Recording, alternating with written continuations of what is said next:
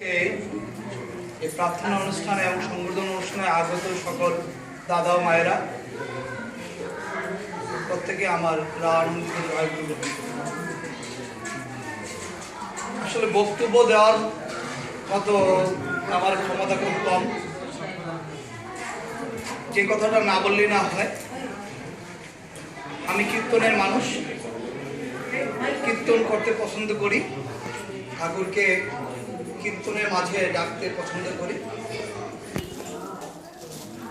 আর এই বিদেশ বিভুয়ে আমাদের যেই ঠাকুর, আমার একটা কনস্টিটিউশন, ঠাকুরকে আমি মনে করি আমার কনস্টিটিউশন, আর ঠাকুর সেই কনস্টিটিউশনটাকে প্রচার করার জন্য ঋত্বিক কথা চালু করেছেন।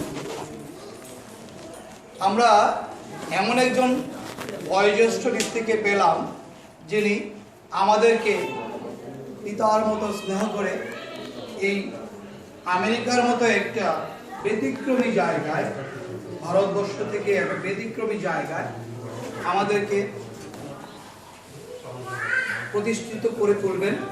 তার আদেশ, উপদেশ, নির্দেশ এবং ঠাকুরের চলা বলা কথাগুলি আমাদের মধ্যে প্রচার করবেন, আমাদেরকে দীক্ষিত করবেন, আরো নতুন করে শিক্ষিত করে তুলবেন ঠাকুরের মতো করে, এই প্রত্যাশা রাখি।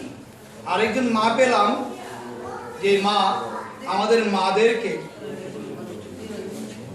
তার মতো করে গড়ে তুলবেন। পরিশেষে আরেকটি কথা বলব, আমি সত্যিকার অর্থে আকাঙ্ক্ষা করি বয়োজ্যেষ্ঠদের কাছে যারা আমাদেরকে সুদৃঢ় করতে পারেন, আমাদের মধ্যে যে প্রেম, প্রীতি, ভালোবাসা সেগুলিকে একত্র করে রাখতে পারেন।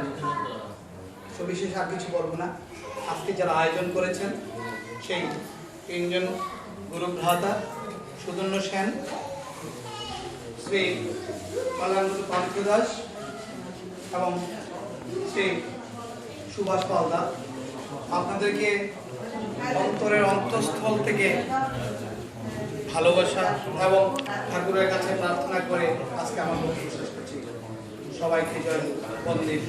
ধন্যবাদ বিজয় দা দিয়েছেন।